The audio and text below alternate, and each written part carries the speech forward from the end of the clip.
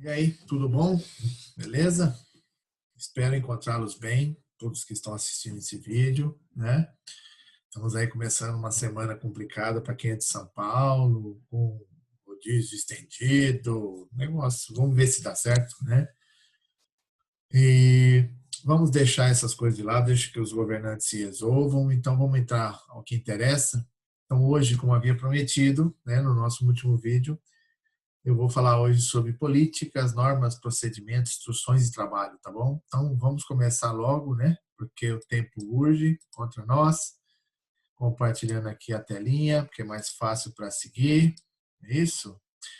Bom, então tá aqui, ó. Abrindo, abre-te Sésamo. Oh, beleza. Vamos lá. Políticas, procedimentos e normas, né? Todo mundo tem uma dificuldade. Eu tenho visto uma vertente que diz que não precisa ter tantas políticas, né?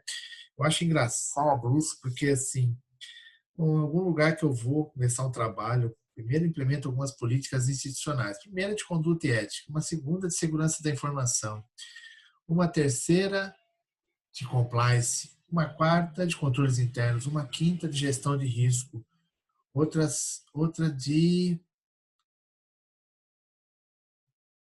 governança, não sei se a necessidade depende muito de gestão. E aí depois eu vou trazendo para níveis abaixo, né? Por exemplo, gestão de terceiros, operacional para gestão de terceiros, de controle de acesso, de backup, ou uma política institucional de continuidade de negócio, por que não? Né?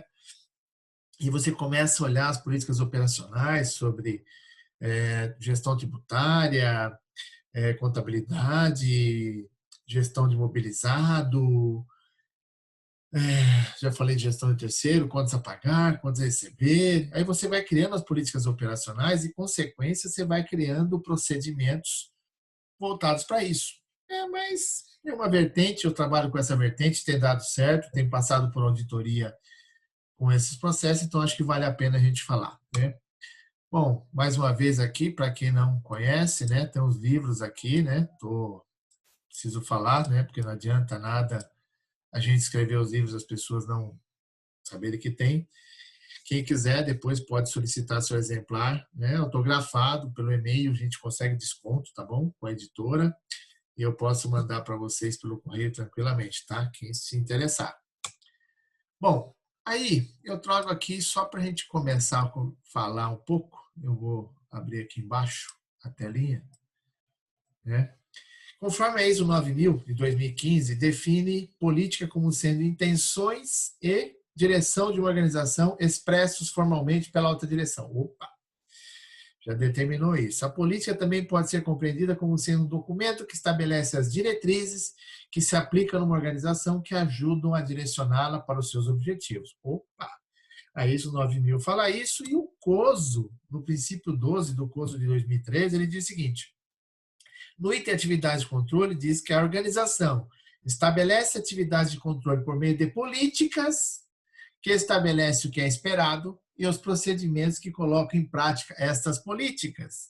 É aquilo que eu já venho falando há muito tempo, gente. Gestão de compliance com controles internos funciona muito mais. É hora que você demonstra suas evidências do teu processo. Pensa nisso, isso aqui é muito importante para o seu entendimento.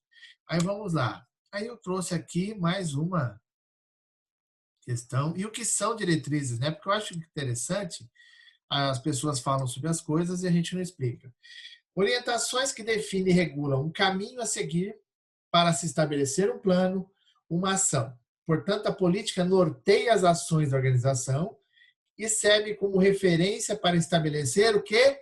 Normas e procedimentos, que ajudam a estabelecer e padronizar uma postura dos colaboradores sobre qualidade, segurança do trabalho, meio ambiente e assim por diante, entendeu?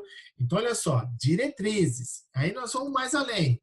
Qual que é a relação que eu tenho entre política, norma e procedimento? Primeiro, a política, a norma e procedimento são diretamente ligados e a política escreve a visão e as diretrizes a serem seguidas. Já falamos no slide anterior. A norma estabelece as regras a serem cumpridas para se atingir o objetivo. E os procedimentos descrevem a forma de se executar as atividades necessárias para atingir o objetivo. Em alguns lugares eu tenho feito sim uma política institucional, ao invés de falar de norma, eu tenho colocado como política operacional, que é praticamente a mesma coisa. É uma norma que estabelece as regras a serem cumpridas para atingir o objetivo. Então, quando você tem as suas, por exemplo, você coloca lá uma política de conduta e ética, institucional de conduta e ética. Logo embaixo, depois você vai ter uma operacional de prevenção à lavagem de dinheiro, de anticorrupção, de negócios, de cadastro, de crédito, e aí você vai descendo as outras políticas operacionais para poder fazer isso funcionar. Normas ou políticas? Normas são regras que devem ser respeitadas, então políticas também. As normas são documentos estabelecidos por consenso e aprovados por pessoas, departamentos ou órgãos com autoridade reconhecida. Então, é assim, em algumas empresas, você tem um comitê de controles internos e compliance que faz uma prévia dessa questão e leva para a diretoria aprovar. Em outros lugares com governança corporativa, a diretoria, depois de passar pelo comitê, ela faz uma revisão disso, depois leva para o conselho de administração aprovar aquilo. Então, existem etapas dessa questão. Então, as características desejáveis desse produto, para serviço, para comportamento, qualidade, segurança, confiabilidade e, principal, eficiência. Como funciona? Tá? Isso que a gente tem que pensar muito bem se é norma ou política. Eu tenho utilizado política institucional e política operacional para padronizar na cabeça das pessoas. Você começa política, norma, o que é isso? As pessoas se confundem. Então, facilita o processo deles. E o que é um procedimento? Define em que momento cada pessoa deve realizar cada atividade para que haja entrega do produto ou serviço de acordo com o esperado. Trata-se de um conjunto sequencial de ações, ó, passo a passo. Começa em fulano, termina em fulano. Tá? O procedimento é uma descrição detalhada de todas as operações necessárias para a realização de uma tarefa. Lembre-se, um conjunto de tarefas se torna uma atividade, um conjunto de atividades se torna um processo, um conjunto de processos se torna um sistema. Tadeu Cruz, é só olhar a administração de processos e vai ver que o professor Tadeu Cruz fala muito sobre isso. Tarefas, um conjunto de tarefas se torna uma atividade, um conjunto de atividades se torna um processo, um conjunto de processos se torna um sistema, uma metodologia. Então, o procedimento é para garantir, mediante uma padronização, resultados esperados por cada tarefa executada. Ou seja, é um roteiro padronizado para realizar uma atividade de forma a evitar desvios de conduta e qualidade. Isso é importante você entender, porque assim, quanto mais padronizado estiver o seu processo, melhor será o resultado dele. Hashtag fica a dica. E o que é uma instrução de trabalho? Geralmente, instrução de trabalho é um documento no sistema de gestão de qualidade, da ISO 9001, que contém o modo correto de se executar uma determinada atividade. O importante é que quem redigir a instrução de trabalho conheça detalhadamente a tarefa descrita, ou tenha ajuda de quem possui esse conhecimento. A mesma coisa no procedimento, alguém tem que conhecer aquilo para escrever. Na instrução de trabalho também, só que na instrução de trabalho ela tem uma peculiaridade, né? É mais usadas em atividades produtivas e operacionais, tendo por característica um padrão técnico. E segue alguns exemplos, tá? Operação de máquina de fresa. Aí eu trouxe, né?